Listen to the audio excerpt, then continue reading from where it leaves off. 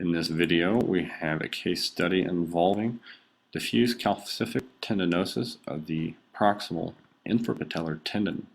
The anatomy demonstrated in this picture is the white infrapatellar tendon, the yellow Hoffa's fat pad, followed by the blue articular hyaline cartilage surrounding the anterior surface of the femur, and light blue would be the normal synovial recess that is the suprapatellar recess. In this image, we see a normal infrapatellar tendon as it inserts to the tibial tuberosity of the proximal tibia.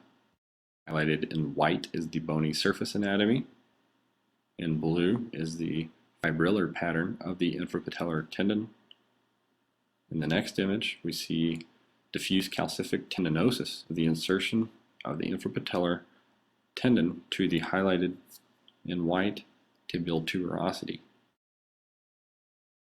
Highlighted in blue would be the tendon fibers, which are infiltrated by these hyperechoic shadowing calculi. In this image, we see a larger single calcific body at the insertion of the infrapatellar tendon. The next image is the proximal infrapatellar tendon at the apex of the patella. Highlighted in white is the bony anatomy of the apex of the patella at its narrowest point. In the blue is the proximal infrapatellar tendon.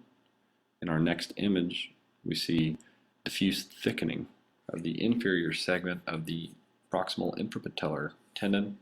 Highlighted in white is the apex of the patella. Seems relatively unchanged. And here the more normal fibrillar pattern of the infrapatellar tendon, and the purple, which is the diffuse thickened portion, followed by a hypoechoic single vessel, likely caused by prior needle therapies to this site. In the next image, just millimeters over to the mid-sagittal line, we see a more hyperechoic insertion of the apex of the patella to be rigid. The blue represents the more normal intact tendon fibers. The red represents the calcified portion that is also followed by tendinotic fibrillar pattern change.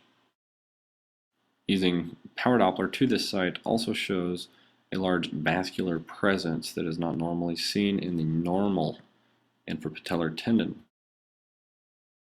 Here's an example of a needle coursing through this tendon, creating new paths for vascular formations, such as ABI therapies and PRP therapies.